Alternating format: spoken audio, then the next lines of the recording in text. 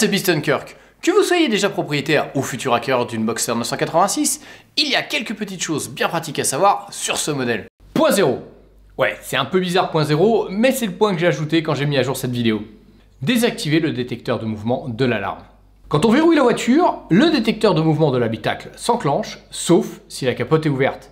Le souci, c'est que parfois, pour éviter que le cuir ne devienne brûlant, on ferme la capote et on laisse les fenêtres ouvertes. Du coup, si un insecte volant passe trop près du capteur ou si les ventouses de votre pare-soleil se décollent et tombent, le capteur va détecter ces mouvements et activer la sirène de l'alarme. Pour désactiver le capteur de mouvement et éviter un déclenchement intempestif de l'alarme, on va verrouiller la voiture en cliquant 2 fois très vite sur le bouton de fermeture tout en maintenant enfoncé plus longtemps la deuxième fois. Si ça a bien marché, les clignotants restent allumés plus longtemps et la voiture émet un coup de klaxon. Attention, le véritable indicateur qui prouve que ça a bien marché, c'est les clignotants. Car n'oubliez pas qu'un coup de klaxon au verrouillage de la voiture peut aussi vouloir dire que le casier de rangement entre les sièges ou la boîte à gants ne sont pas verrouillés, alors que la capote ou les fenêtres sont ouvertes. Point 1. Ouvrir les fenêtres avec la clé de contact. Lorsque vous ouvrez la voiture, si vous maintenez le bouton de la télécommande enfoncé, cela va baisser les vitres. De même, si vous fermez la voiture et que vous gardez appuyé le bouton de la télécommande, les vitres vont remonter. Attention, si vos piles sont un peu fatiguées, cela risque de ne pas fonctionner car le signal ne sera pas continu. Notez qu'on peut aussi faire la même chose avec la serrure. Il vous suffit de maintenir à gauche pour descendre les vitres ou de tourner à droite pour les remonter, ce qui s'avère quand même bien pratique pour ceux qui n'ont pas de télécommande sur leur clé de Boxster. Si, ça existe. Il faut savoir qu'à l'origine, la 986 n'était pas livrée en série avec la télécommande. C'était une option vendue sous le code M531. Avant de passer au point suivant, abordons un dernier détail concernant les vitres électriques. Normalement, si vous avez mis le contact, lorsque vous appuyez brièvement sur l'interrupteur, la vitre monte ou descend automatiquement sans que vous ayez besoin de garder le bouton enfoncé durant toute la procédure. Du coup, certains s'étonnent de constater que ce système par impulsion ne fonctionne plus. Rassurez-vous, rien n'est cassé, c'est juste qu'il a été désactivé, soit suite à un débranchement prolongé de la batterie, soit parce que vous avez maintenu l'interrupteur d'ouverture enfoncé pendant plus de 10 secondes alors que la vitre était déjà ouverte. Pour le réactiver, c'est très simple, il vous suffit de refermer la vitre, puis d'appuyer à nouveau sur l'interrupteur de fermeture pendant plus de 10 secondes. Point 2.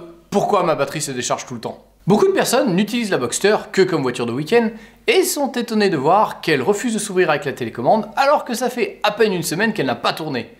Tout naturellement, ils pensent que c'est parce que la batterie est faible, mais ce n'est pas le cas. En réalité, c'est tout à fait normal. Pour préserver la batterie, au bout de 6 jours d'inactivité, la Boxster se met en mode veille et désactive donc le récepteur de la télécommande. Pour sortir de ce mode veille, ouvrez-la avec la serrure et mettez le contact. En parlant de veille, sachez que si vous oubliez de fermer une portière ou un des coffres, la Boxster coupera automatiquement les lumières de l'habitacle et des coffres au bout de 2 heures afin d'éviter de vider la batterie.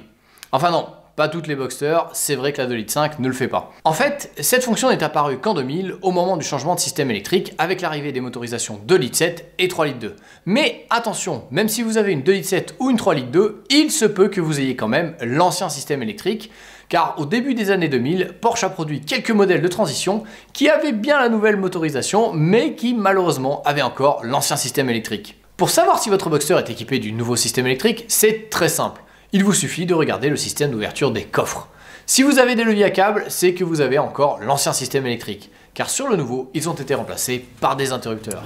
Et puisqu'on parle de ces interrupteurs, penchons-nous d'un peu plus près sur eux. Point 3, le système d'ouverture des coffres. Comme nous venons de le dire, en 2000, Porsche a remplacé les leviers mécaniques à câble qui servaient à ouvrir les coffres par des interrupteurs.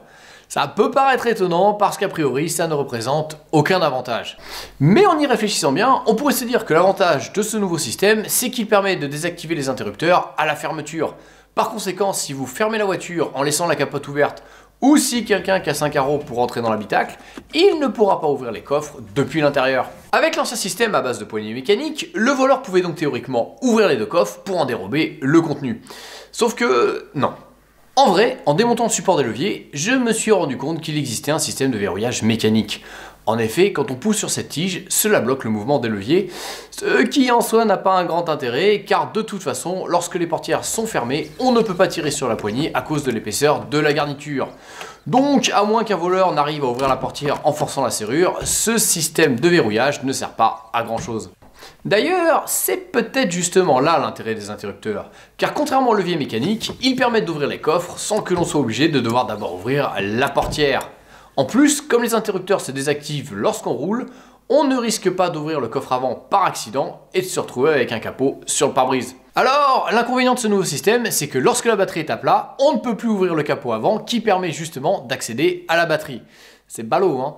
Du coup, il faut se munir d'une seconde batterie, aller au niveau de la boîte à fusibles, tirer le contacteur avec un pictot de capot, puis y connecter la borne positive et enfin connecter la borne négative à la carrosserie, ce qui va vous permettre d'utiliser l'interrupteur du coffre avant pour ouvrir le capot.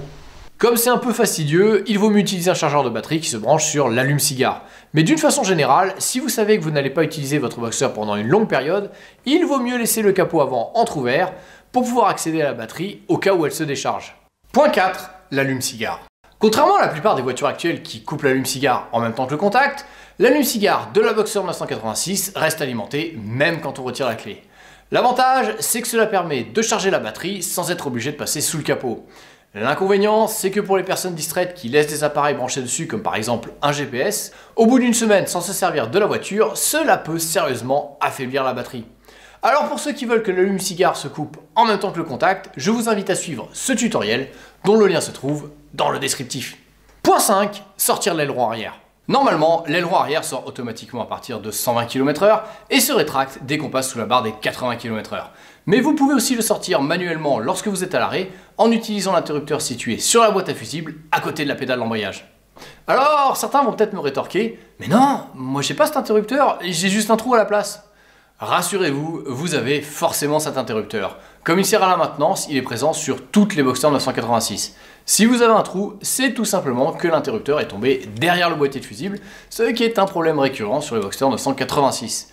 Pour le récupérer, c'est très simple, il suffit de dévisser les 4 vis qui maintiennent le cache en moquette, de le récupérer et de le reclipser par l'arrière. Sachez aussi que l'on peut installer un interrupteur voyant d'aileron sur la console centrale du tableau de bord, ce qui est bien pratique pour les amateurs de circuit qui veulent forcer l'aileron à rester en position haute durant tout le parcours. Ceux qui veulent installer cet interrupteur trouveront un lien vers le tutoriel d'installation dans le descriptif de cette vidéo. Bon, ça fait plus de 5 minutes que la vidéo a commencé, ce qui veut dire qu'une bonne partie d'entre vous ont déjà décroché depuis au moins 1 minute. Si, me la faites pas, j'ai les statistiques. Durée moyenne de visionnage, 4 minutes 9 secondes.